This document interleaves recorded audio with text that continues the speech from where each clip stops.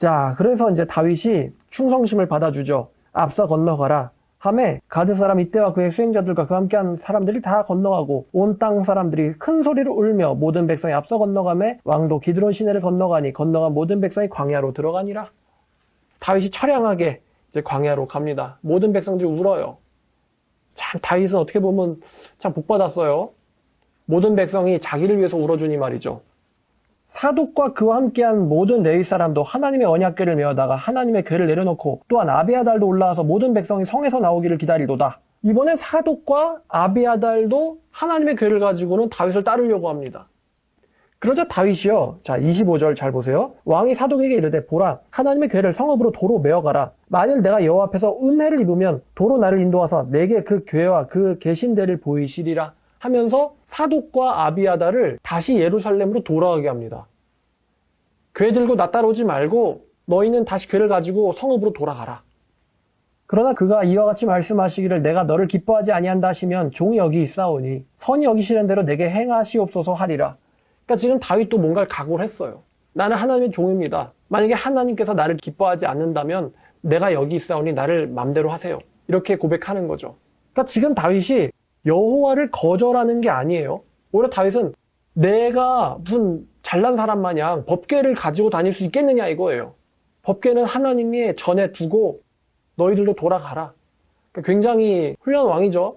이거는 엘리 때 전쟁할 때 그 홈리와 비느하스가 궤만 갖고 나가면 이기겠지? 라고 한 거랑은 정반대예요. 하나님은 성전이 어디에 있든 그 하나님은 우주의 하나님이시다. 천지 하나님이시다. 그가 옳다고 여기시면 나를 도로 그분을 섬기게 할 것이요. 그가 옳지 않다고 생각한다면 그분이 나를 처벌하시리라. 내가 뭐가 잘났다고 법궤를 갖고 다니겠느냐. 도로 가지고 성전에 놓으라. 라고 참 멋있죠? 근데 이게 또 기가 막힌 묘안이에요. 자, 왕이 또 제사장 사독에게 이르되 네가 선견자가 아니냐. 너는 너희의 두 아들 곧 네 아들 아히마아스와 아비아달의 아들 요나단을 데리고 평안히 성읍으로 돌아가라. 너희에게서 내게 알리는 소식이 올 때까지 내가 광야 나루터에서 기다리리라. 그러니까 지금 너희 두 사람의 아들 아히마아스와 요나단 이 두 사람을 통해서 성읍에서 일어나는 일을 나에게 알려줘라. 이 다윗이 지금 뭔가 계획을 세웠어요. 다윗도. 자, 그래가지고 사독과 아비아달이 그것을 눈치채고는 하나님의 궤를 도로 예루살렘으로 가져다 놓습니다. 자, 이제 30절 보니까 다윗이 감람산 길로 올라갈 때에 백성들이 울면서 가죠. 어떤 사람이 다윗에게 알리되 압살롬과 함께 모반한 사람들 가운데 아히도벨이 있습니다. 아, 내가 의지하던 책사 아히도벨이 압살롬에게 붙다니 하면서 아마 다윗은 여기서도 모든 걸 내다 봤을 거예요. 저가 그에게 붙다니 저의 운명은 이렇게 되겠구나. 다윗이 말하죠. 여호와여 원컨대 아히도벨의 모략을 어리석게 하옵소서. 아히도벨은 당대 최고의 책사예요. 당대 최고의 책사예요. 지혜로는 그를 이길 자가 없어요. 그러니까 다윗이요 누구를 의지하게 됩니까? 여호와를 의지하게 되는 거예요. 여호와여 그의 모략을 어리석게 하옵소서. 네가 머리를 쏠지언정 나는 하나님을 믿겠다. 이거죠 다윗이. 막 자기에게 중요한 사람 배신했다고 다윗이 막 통곡을 하고 그런 게 아니에요. 난 하나님을 믿겠다. 자, 이제 32절에 보니까 다윗이 하나님을 경배하는 마루턱에 이를 때에 아렉 사람 후세가 옷을 찢고 흙을 머리에 덮어쓰고 다윗을 맞으러 온지라. 이 후세는요 다윗의 친구입니다. 그러니까 후세가요 다윗을 따라가려고 해요. 다윗이 그에게 이르되 네가 만일 나와 함께 가면은 너에게 누를 끼치리라. 네가 만일 성읍으로 돌아가서 압살롬에게 말하여 왕이여 내가 왕의 종입니다. 전에는 내가 왕의 아버지의 종이었더니 이제는 내가 왕의 종입니다 하면 네가 나를 위하여 아히도벨의 모략을 패하게 될 것이다. 그러니까 후세도 모략가예요. 근데 후세를 예루살렘에다가 남겨둬요. 그러니까 사독과 아비아달과 후세 이 세 사람을 예루살렘에 남겨둡니다. 이게 다윗의 계략이었죠, 이게. 이 왕의 친구가 내 편이 된다라는 거는 이거는 뿌리치기 힘든 유혹이거든요. 압살롬에게는. 자, 사독과 아비아달 두 제사장이 너와 함께 있어. 네가 왕의 궁중에서 뭘 듣든지 사독과 아비아달 두 제사장에게 알리라. 그러면 그들의 두 아들이 그 모든 것을 그들 편에 내게 알릴지어다. 그래서 다윗의 친구 후세가 성읍으로 들어가고 압살롬도 예루살렘으로 들어갔더라. 그러니까 압살롬 입장에서는 헤브론에 있다가 왕이 성을 비웠어? 왕이 수도를 비웠으니까 완전 빈성을 차지하는 거잖아요. 그러니까 압살롬이 얼씨구나고는 예루살렘으로 들어간 거예요. 성이 비어있으니까. 16장에 보니까 이젠 또 이런 일이 일어나네요. 다윗이 마루턱을 조금 지나니 이번엔 또 무비보셋의 종이 등장합니다. 여러분 무비보셋은 다윗이 사랑했던 친구죠. 요나단의 아들입니다. 근데 요나단의 아들인데 이제 그 사람이 장애가 있죠. 그 이제 우습게 봤을 거 아니에요, 그 종이. 그 종이 다윗에게 와서 한마디로 아첨을 떨어요. 뭘 하냐면은 떡 200개와 건포도 100성회와 여름과일 100개와 포도주 한 가죽 부대를 싣고 다윗을 만난지라 왕이 시바에게 이르되 네가 무슨 뜻으로 이것을 가져왔느냐 하니 이것들은 왕의 가족들과 청년들에게 마시게 하시고요. 자, 네 주인의 아들은 어디 있느냐? 그랬더니 시바가 왕께 아뢰되 예루살렘에 있는데 그가 말하기를 이스라엘 족속이 오늘 내 아버지의 나라를 내게 돌리리라 하나이다 하는지라. 보니까 지금 그 사람 장애인이에요. 그래서 다윗을 따라갈 수가 없어요. 그래서 예루살렘에 남았는데 그 사람이 뭐라고 말하냐면은 이스라엘 족속이 오늘 내 아버지, 이제 사울이죠? 사울과 요나단. 이 요나단이 받았어야 되는 나라를 나에게로 돌리리라 라고 무비보셋이 말하던걸요? 이렇게 거짓말을 말하는 거예요. 시바도 머리를 썼죠. 그러니까 다윗이 뭐라고 말하냐면은 무비보셋에게 있는 것이 다 네 것이니라. 아니 시바가 이르되 내가 절하나이다. 내 주왕이여 내가 왕 앞에서 은혜를 입게 하옵소서. 그러니까 무비보셋이 갖게 될 유업은 다 네 거다 하면서 무비보셋의 것을 시바에게 주겠다라고 다윗이 말해요. 근데 이 모든 게 사실은 시바의 거짓말이었죠. 자, 또 한 사람이 등장하는데 이 시므이라는 사람이 등장합니다. 이 시므이는 어떤 사람이냐면은 사울 왕 집안 사람이에요. 자, 사울의 친족 중에 한 사람인데 시므이라. 그가 나오면서 계속해서 저주하고 다윗과 다윗 왕의 모든 신하들을 향하여 돌을 던지니 그때 모든 백성과 왕의 용사들은 왕의 좌우에 있었더라. 시므이가 저주하는 자 가운데 이와 같이 말하니라. 피를 흘린 자여 사악한 자여 가거라. 사울의 족속의 모든 피를 여호와께서 네게로 돌리었도다. 그를 이어서 네가 왕이 되었으나 여호와께서 나라를 네 아들 압살롬의 손에 넘기셨도다. 너는 피 흘린 자이므로 네가 화를 자초했도다 하는지라. 여호와의 이름을 언급하면서 다윗아 넌 이제 저주당한 자다 이러면서 다윗을 저주하는 거예요. 근데 아마 다윗이라면 이렇게 말하지 않았을 겁니다. 다윗은 분명히 여호와의 기름 부음 받은 자를 내가 어찌 저주하겠느냐. 다윗은 이렇게 말했을 거예요. 근데 이 시므이는 다윗을 저주하기를 주저하지 않습니다. 근데 여호와 이름으로 저주를 해요. 그러니까 참 보면은 압살롬도 그렇고 시므이도 그렇고 자기의 의로움을 여호와를 이용해가지고 정당화한다는 거죠. 하나님의 이름으로 상대를 막 저주하고 자기 이득을 취합니다. 자, 그러니까 이제 아비새가 저 죽은 개 같은 자가 어찌 왕을 저주하겠습니까? 내가 그의 머리를 베게 하소서. 아비새는 창술이 아주 뛰어나죠. 그랬더니 다윗이 또 어진 인품을 보여주는데 수레 아들아 내가 너희와 무슨 상관이 있느냐. 그가 저주하는 것은 여호와께서 그에게 다윗을 저주하라 하심이니 네가 어찌하여 그리하겠느냐 할 자가 누구겠느냐 하고 그가 저주하게 내버려 둬라. 내 몸에서 난 11절 내 몸에서 난 아들도 내 생명을 해하려 하거든. 하물며 이 베냐민 사람이랴. 이 사울의 사람이랴. 여호와께서 그에게 명령하신 것이니 그가 저주하게 내버려 둬라 하면서 다윗은 이 시므이의 저주를 하나님의 책망으로 받아들여요. 참 어질죠? 죽여라 한마디면은 시므이는 끝나는 건데 다윗이 참 어집니다. 자, 그래서 다윗이 마치 사울에게 그랬던 것처럼 시므이의 죽임을 허락하지 않습니다. 자, 12절 혹시 여호와께서 나의 원통함을 감찰하시리니 그가 오늘 이 저주 때문에 여호와께서 선으로 내게 갚아주실라 합니다. 자, 이제 15절 압살롬과 그의 모든 백성들이 예루살렘에 이르고 아히도벨도 그와 함께 이른지라. 다윗의 친구 아렉 사람 호세가 압살롬에게 나갈 때에 그에게 말하기를 왕이여 만세 왕이여 만세하니 압살롬이 후세에게 이르되 이것이 네가 친구를 후대하는 것이냐. 네가 어찌하여 네 친구와 함께 가지 아니하였느냐 하니 후세가 압살롬에게 이르되 그렇지 아니하니이다. 내가 여호와와 이 모든 백성 이스라엘의 택한 자에게 속하여 그와 함께 있을 것이니이다. 내가 누구를 섬기리까? 그의 아들이 아니니까. 내가 전에 왕의 아버지를 섬길 것처럼 왕을 섬기겠나이다 하면서 압살롬을 추켜 세워줘요. 후세가. 압살롬이 아히도벨에게 이르되 너는 어떻게 행할 계략을 우리에게 가르치라. 그러니까 압살롬은 얘는 머리가 없어요. 아히도벨에게 물어봐요. 그러니까 아히도벨이 당신이 얼마나 뛰어난지를 예루살렘 모든 사람들에게 알게 하옵소서. 당신이 얼마나, 그러니까 지금 예루살렘이 이런 거예요. 지금 압살롬이 이상한 모반을 일으켰단 말이에요.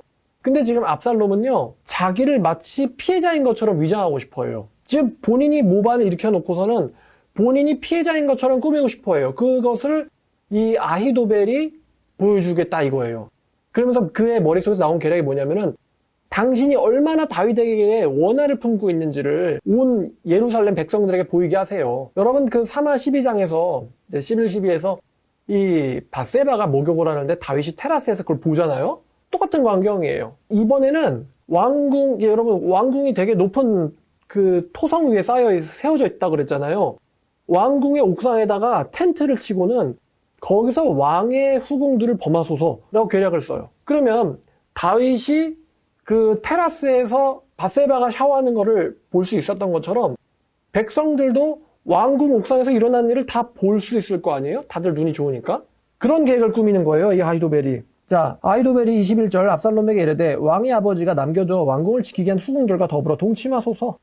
그러면 왕께서 왕의 아버지가 미워하는 바 됨을 온 이스라엘이 들으리니 왕께 함께 있는 모든 자들이 더 힘을 강하게 하리이다. 얼마나 당신이 원한을 품었는지를 보여주세요. 그럼 당신의 사람들이 더 강하게 될 것입니다. 이에 사람들이 압살롬을 위하여 옥상에 장막을 치고 압살롬이 온 이스라엘의 무리 앞에서 그 아버지의 후궁들과 더불어 동침하니라. 정말 무시무시하죠? 자, 그래서 23절에 그때 아히도벨이 베푸는 계략은 사람이 하나님께 물어서 받은 것과 같은 것이라. 아히도벨의 모든 계략은 다윗에게나 압살롬에게나 그와 같이 여겨졌더라. 그러니까 다윗은 정말로 힘들면은 여호와를 의지하는데 압살롬은 처음에 시작할 때는 뭐 하나님을 섬기겠나이다 라고 해놓고는 막상 계략을 여호와께 묻질 않습니다. 압살롬이 여호와께 물었다라는 말 나오지 않아요. 압살롬은 아히도벨에게 물었다 이렇게 나옵니다. 그러니까 아히도벨에게서 야 그러면은 이렇게 하지 그래. 이게 앞만 봐도 나쁜 거거든요. 율법에 보면은 너는 아버지의 이제 여자와 관계를 맺지 말라라고 율법에 나와 있어요. 이제 그게 친엄마를 말하는 게 아니고 옛날엔 일부다처제니까. 그래서 이제 배다른 이제 형제의 엄마를 범하지 마라 이런 건데 이 아히도벨이 베푸는 계략은 전혀 율법에는 맞지 않습니다. 근데 아히도벨도 그렇고 압살롬도 그렇지만 하나님의 말씀을 분별할 만한 그게 머리통이 없어요. 만약에 압살롬이 조금만 지혜로웠더라면은 이거 하나님이 주시는 계략이 아닌걸? 이거는 사탄의 계략이다. 이거는 좀 아니지. 이렇게 분별을 해야 되는데 압살롬한테는 그런 거를 분별할 만한 머리가 없습니다. 그러니까 이게 하나님께로부터 나오는 계략인지 그러니까 하나님께서 사람을 통해서 주시는 계략인지 아니면 이게 그냥 사람의 생각인지를 분별할 만한 머리가 압살롬한테는 없었던 거죠. 설마 하나님께서 자기 명령을 반하는 계략을 사람을 통해서 주시겠습니까? 다윗 같은 경우는요. 어떤 사람이 다윗에게 조언을 해줄 때 다윗은 그게 하나님의 말씀에 반하는 거면은 야 여호와께서 그렇게 하시는 게 마땅한 거냐? 이러면서 멈춥니다. 심지어 야 여호와께서 오늘 당신의 원수를 당신께 넘겼나이다 하고 하나님의 이름으로 유혹을 해도요. 다윗이 넘어가지 않아요. 하나님 말씀에 위반되는 거를 하나님께서 허락하셨을 리가 없다. 이게 다윗이에요. 여기서 이제 이 압살롬과 다윗의 차이가 드러나죠. 어쨌거나 그래서 압살롬이 이러한 만행을 왕궁 옥상에서 텐트를 치고 범하는데 이거는 이제 나단의 예언처럼 돼버리죠. 나단이 12장에서 이렇게 말했잖아요. 백주에 이것을 행하리라. 여호와의 예언대로 돼버립니다. 참 이것도 신정론적으로 보면은 하나님께서 예언하신 건 어떻게든 된다는 거예요. 그럼 우리가 이 말씀 지금 16장까지 봤는데 압살롬은 말이죠. 다윗의 선을 악으로 갚죠. 사람의 피를 흘리는 자는 그도 피를 흘려야 돼요. 이게 율법입니다만 다윗이 용서를 해요. 근데 다윗의 용서를 압살롬은 모반이라는 걸로 갚아버립니다. 그리고 이 압살롬은요. 아빠에게 부여받은 거, 그러니까 왕자라는 거요. 왕자, 아빠에게서 부여받은 것을 가지고 아빠에게 반역을 일으키죠. 내가 왕자인데 아빠 대신 재판해 줄게. 이 사람이 감히 왕자가 아니면 그런 말 할 수 있겠습니까? 그리고 상대를 깎아내리면서 자기를 높여요. 우리 아빠는 바빠서 그런 거 할 시간 없어. 내가 대신해 줄게. 나는 의롭고 선한 자야. 그리고 네가 말하는 것이 올바르다. 무조건 상대를 위하는 척을 합니다. 진짜 그 사람을 위해서 하는 건 아니에요. 자기를 위해서지. 사람의 마음을 흐리게 만드는 거예요. 권력도 적당히 이용할 줄 알죠. 다윗의 사람들을 졸지의 모반에 가담시키게 만들어버립니다. 다윗의 사람들을. 그러니까 압살롬의 성격을 분석을 해보는데 이 사람이 굉장히 용의주도한 사람이에요. 4년간을 모반을 준비합니다. 4년간을. 굉장히 철저하죠. 4년간을 모반을 준비하고 또 아버지의 선을 악으로 갚아버려요. 약간 이건 소시오패스 기질이 있죠. 나에게 선을 베푼 것을 악으로 갚는다. 심지어 이 사람이 얼마나 지혜로운지 악인이요. 상대방의 의롭고 선한 기질조차를 이용해요. 아버지가 여호와를 경외하잖아. 그러니까 나도 아버지께 뭔가를 얘기할 때 여호와의 이름으로 얘기해야겠어. 아빠, 내가요 잘못 저질렀을 때 내가 하나님께 반성하면서 한 게 있는데 그게 뭐냐면은 여호와를 전심으로 섬기겠다라는 서원을 제가 했어요. 이렇게 말하면 아빠가 속겠지? 상대방의 선하고 의로운 기질을 이용할 줄 압니다. 내가 여호와만을 섬기겠다. 나를 헤브론으로 가라고 명령해 주세요. 사실 모반할 생각인데. 압살롬이요. 진짜 왕자의 자격이 있으면은 예루살렘을 버리고는 그술로 도망갔겠어요? 얘는 자격이 없어요. 얘는 이미 살인하고 도망갔을 때부터 이미 왕권을 포기한 것과 같은 거예요. 정말 왕자가 될 생각이 있었으면은 아버지에게 그것을 판결하게 요청했어야지. 자기가 살인을 한 다음에 수도에서 도망가 버리면 왕이 안 되겠다는 이야기죠. 그래 놓고서 이제 와서는 반역을 꾀했다. 이게 압살롬의 캐릭터예요. 자, 그러면 하나님께서 이 14, 15, 16, 이 압살롬이 돌아오는 거, 그 다음에 모략을 꾸미는 거, 그 다음에 모반에 성공하기까지 하나님이 사무엘하 14, 15, 16장을 허락하셨는데, 그러면 이 사무엘하의 내용이 어떤 결과로 이어졌느냐? 압살롬의 행동의 결과, 의로운 사람과 불의한 사람이 나뉘게 됐어요. 마태복음 13장에는 미랄과 가라지 비유처럼 처음엔 뒤섞여 있다가 어떤 게 미랄이고 어떤 게 가라지인지가 드러나게 된 거예요. 호세와 아히도벨, 그 다음에 또 시므이, 또 이런 사람들 다 드러나게 된 거예요. 누가 하나님의 사람이고 누가 탐욕의 사람인지가 드러나게 된 겁니다. 이 결과.